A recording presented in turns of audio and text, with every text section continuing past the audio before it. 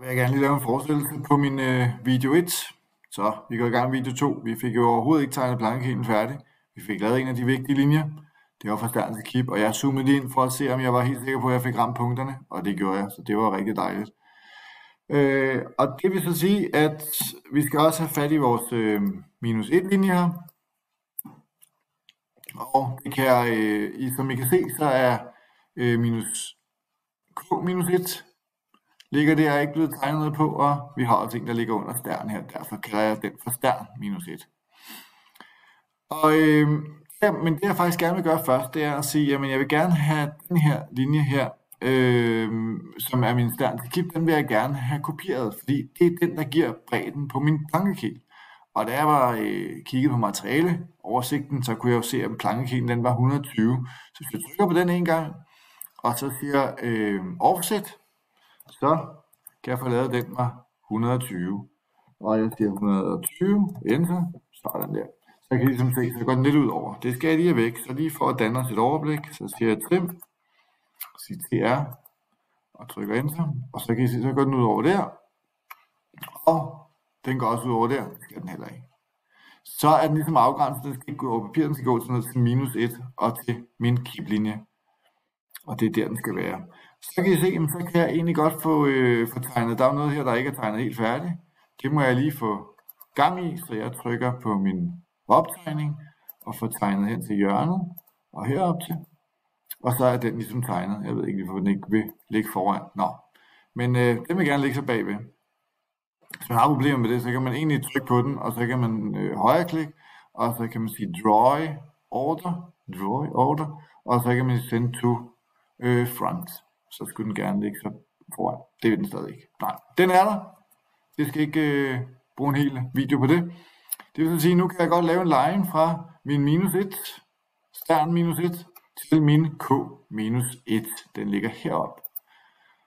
Og er man lidt irriteret, som jeg er, over at det ligger inde i min tegning, så kan jeg egentlig bare spejle det.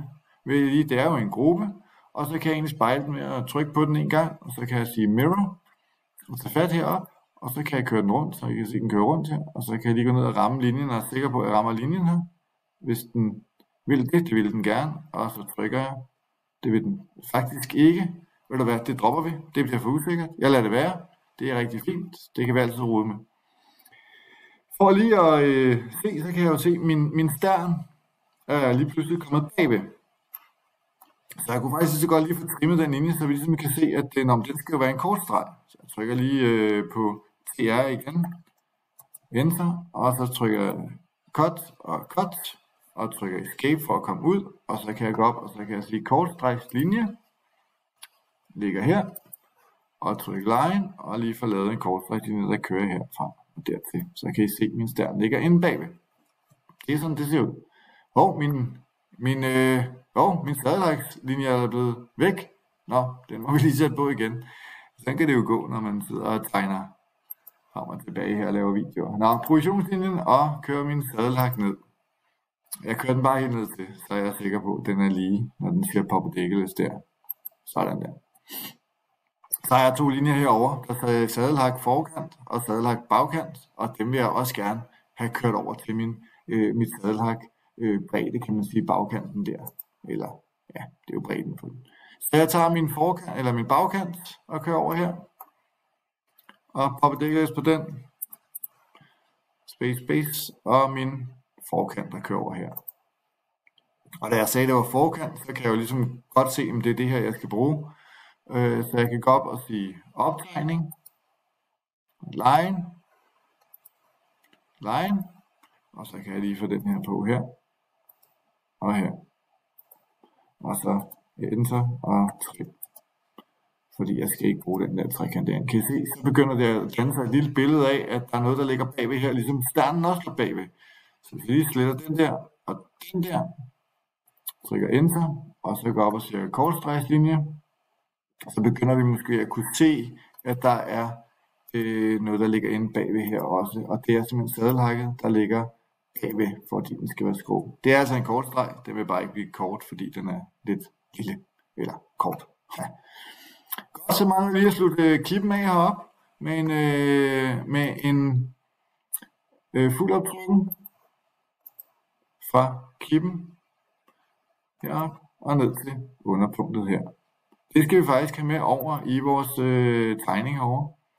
Så den vil også ligge bag. Den vil også helst ligge bag ved den her gruppe her. Men den er altså heroppe. Og den er, det ser også ud som om den er skæv, men det er den altså ikke. Når jeg zoomer længere ind, så kan I se, så lander den altså nede i punktet. Jeg ved ikke, hvorfor den skal være sådan der irriterende. Nå, i hvert fald, så ligger den der. Og den længde på den her streg her, den vil jeg faktisk gerne have med op i mit sidebillede heroppe, altså min hovedbygningsbillede, fordi den ligger jo herinde et eller andet sted og er skjult, og den skal vi have med. Så det jeg kan gøre, når nu jeg har lavet det til en gruppe og ikke været inde i at lave det til blog og alt muligt, det er at tage linjen her, og så sige CO på den, så fat i kippen, og gå op og sætte den på kippen heroppe. Så kan den godt være lidt irriterende, fordi det bliver jo en anden, hvis jeg drejer den anden, så kan jeg ikke se, hvor den lander. Så hvis jeg trykker på den, og så siger jeg, men den vil jeg gerne have som en hjælpelinje, så kunne jeg lige lave den i en gul hjælpelinje her, eller en mållægte faktisk. Det er jo en mållægte. Så jeg laver det til en mållægte, og så siger jeg rotere, RO, tager fat i mit første referencepunkt her, og prøver at dreje den ind, det kan jeg ikke, tager fat, siger rullegardinen ned med piltasten, enter, tager fat i mit første referencepunkt, den ligger faktisk ikke i kippen. Jeg går lige ud af det hele nu her, for den skal lige rykkes ind til den ligger i kippen. Jeg mover den, så den ryger ind og ligger i min kip.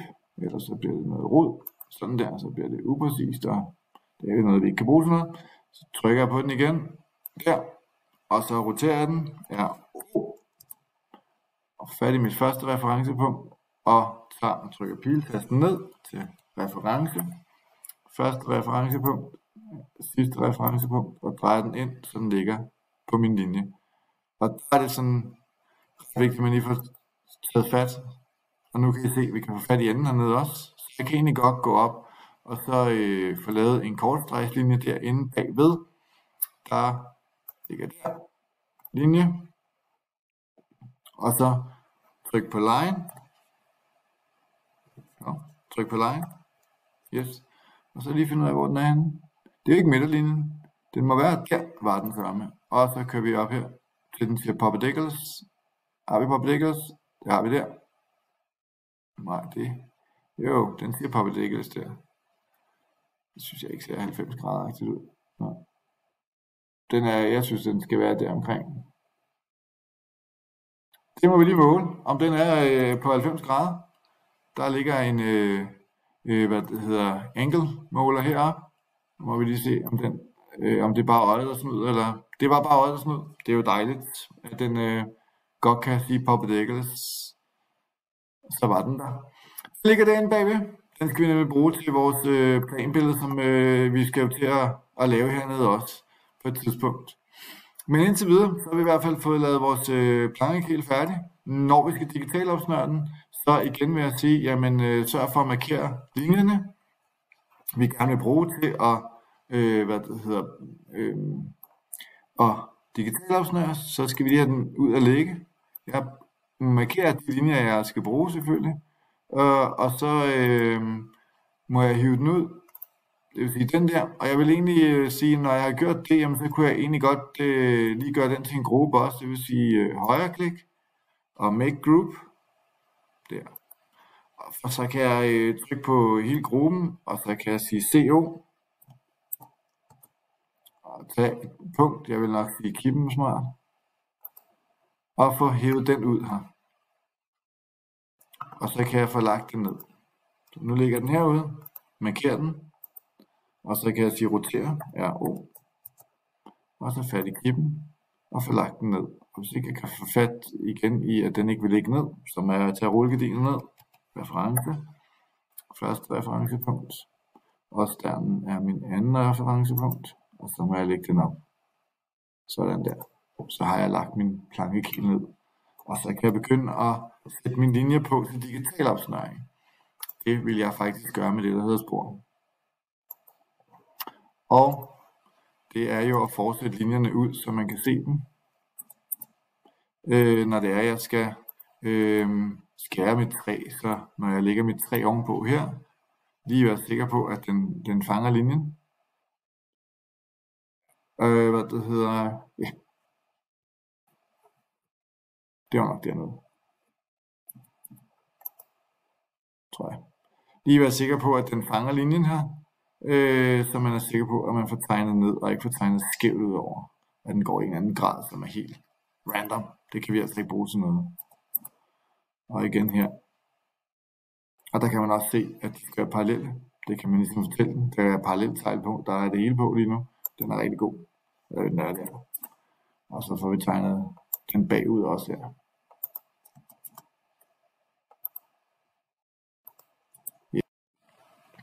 Nå, jeg vil også gerne lige være sikker på, at I lige får lavet digital afsnøring, så når vi har fået sat stregerne på her,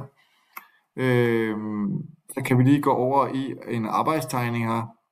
Nu har jeg lavet et par stykker, men for at I lige er sikker på det, så trykker jeg på den her arbejdstegning hernede, og det er jo den hele, den vil jeg gerne have, men hvis jeg gerne vil have digital afsnøring på den, så højre klik på den, Move og Copy, og Move to End, og Create a Copy, så har jeg et nyt stykke papir. Og det skal være sådan, det der plus, det dur simpelthen ikke, så går vi ud over alle indstillinger. Når jeg har den her, så vil jeg jo gerne have 1 til 1 i stedet for 1 til 5. Så hvis jeg får trykket på min hængelås, og lige får zoomet ud, og så får zoomet ind her, og så går ned, og så siger jeg, at jeg vil gerne have den i 1 til 1, så jeg må lige få trykket her, og sagt 1 til 1, og så har jeg faktisk min kip til at starte med. Så kan jeg gå herned og låse hængelåsen, så er jeg sikker. Jeg synes jo gerne, at jeg vil have et mål fra min kip til min stern, og det kan jeg lige gå ud i model her. Det vil den så ikke lige, det er da rigtig dejligt. Sådan der. Gå ud i model, og så vil jeg gerne lige have sat et mål på. Det gør jeg med målafsætning her. Og jeg får lavet et mål op, det skal så ikke være angle den her gang, det skal være line.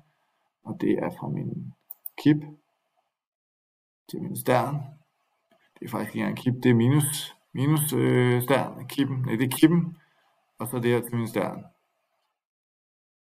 Yes, og det er der, jeg skal sætte mit mål af. 8, 32, 2. Så hvis jeg går tilbage på min tegning, kan jeg ikke se det, men hvis jeg går ind i min tegning her og skriver, jeg er i Paperspace, trykker jeg på, og så jeg skriver MV for Make View, og Enter, trækker en firkant til ned igennem. Nu går den lidt ind over, det gør ikke så meget, jeg gør den bare mindre lige om det. Når jeg er herinde, så hvis den ikke helt vil zoome, når jeg er der, så kan jeg lige trykke på Model, så kan jeg gå ind i modellen og zoome ind, så jeg kan se mit mål. Så kan jeg se min stern og kip her. Trykker der, går ned i min piltast og trykker 1 til 5. Sådan der, så ligger den. Og så går jeg ud og låser min hængelås, og så går jeg paper, og så kan jeg rykke på min firkant, kan I se det? Nu gør det ikke så meget, den går ind, for når jeg lægger mit træ ovenpå, så kan jeg ikke se den. Men nu har jeg i hvert fald målet fra stern til kip, og det vil sige, at jeg har min kip, og så skal jeg sørge mig også igen, gå ned her, højre klik, Move og Copy, Move og Copy, Create a Copy, Move to End, og Create a Copy, og sige OK. Og så har jeg en ny her, og når jeg er inde i den, jamen så vil jeg jo gerne have min stern med. Så jeg trykker lige på Model her, åbner hængelåsen, holder min scroller nede på musen, trækker den ned i den anden ende, og der kan jeg se, jamen der kan jeg jo have min stern med, og der ligger min Make View i vejen, og selvfølgelig skal sternen være tegnet færdig, men jeg kunne ikke nå det, for der har jeg kun et kvarter optagelsestid, så jeg låser min hængelås, går over i Paper, trækker min firkant her, mover den ved at trykke ind på midten, så kan jeg lægge den ned under her, så den ligesom kan komme ud af billedet, og lægger den derned. Så jeg stadig har målet for stern til kip på begge mine tegninger. Det er simpelthen bare rigtig brugbart. Nu kan jeg se, at der ikke er lang tid tilbage. Men jeg har også fået lavet mine to